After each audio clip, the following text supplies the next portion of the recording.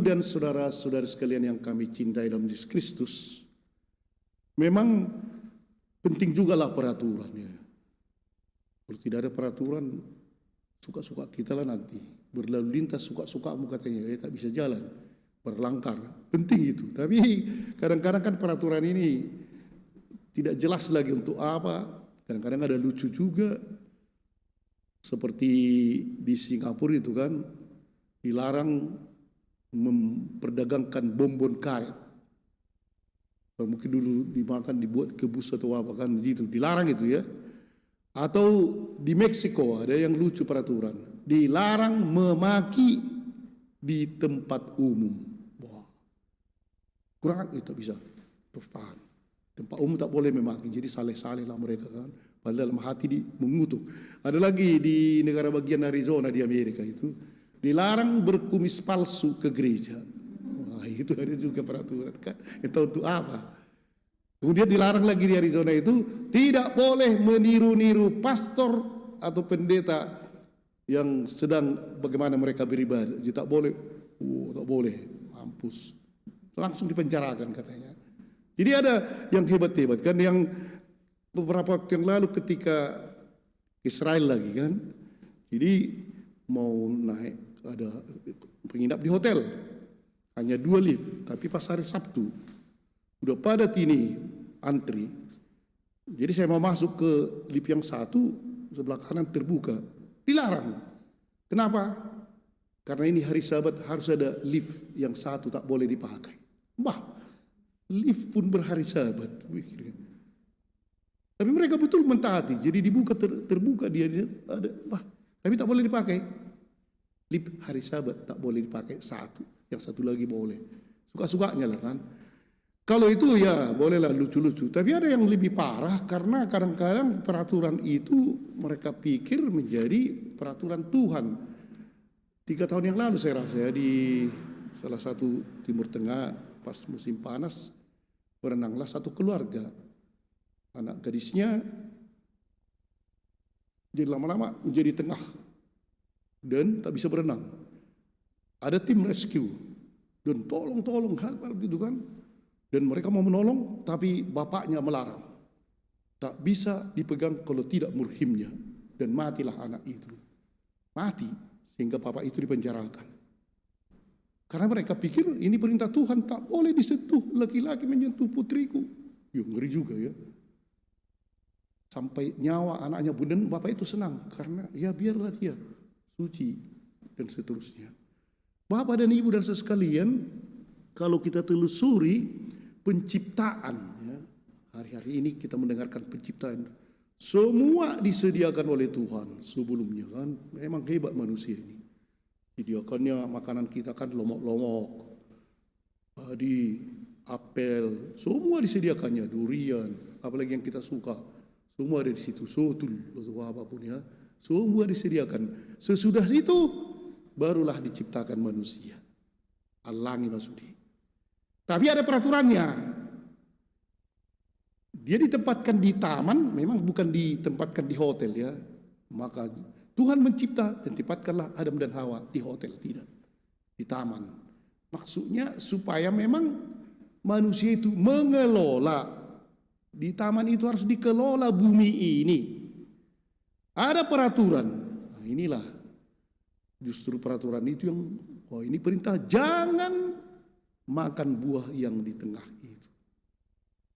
Jadi kalau ada peraturan makin kita langkah ya kan. Coba kalau ada umpamanya dilarang masuk, terbohar boleh masuk, itu kita bilang kan, terbohar harus bagasi. Apa di dalamnya itu kok dilarang masuk? Sudah dilarang masuk, mau masuk pula kita kan. Begitulah si Adam, akhirnya peraturan yang dibuat oleh Tuhan dilanggar. Kalau kita lihat perjanjian baru hari ini, mereka memang kurasa waktu Covid cocok juga orang Israel ini ya. Cuci tangan dulu kan, baru makan. Pulang dari pasar, mandi dulu, cocok juga. Tapi apa yang terjadi itu bukan hukum manusia lagi. Mereka berpikir bahwa ini adalah perintah dari Allah. Dan itulah yang mau dirombak oleh Yesus. Mereka akhirnya seperti yang tadi mengerikan juga kan, hormatilah ayah dan ibumu. Siapa yang mengutuki ayahnya dan ibunya harus mati. Itu perintah ke-6 itu dari Allah kan. Tetapi apa yang terjadi? Bapak dan ibu, udah tua kalian kan, tapi sialnya semua yang mau kuberikan kepada bapak dan ibu udah kupersembahkan ke bait Allah. Jadi mati aja lah kalian di situ. Dan orang membenarkan, cocok juga lah, nggak apa-apa lah mati asal demi sudah rusak lah, semua udah rusak. Dan Tuhan akhirnya mengutuk itu ya, bangsa ini memuliakan aku dengan bibirnya, padahal hatinya jauh daripada aku. Percuma mereka beribadah kepada aku, sebab ajaran yang mereka ajarkan ialah perintah manusia. Perintah Allah kamu abaikan untuk berpegang pada adat istiadat manusia.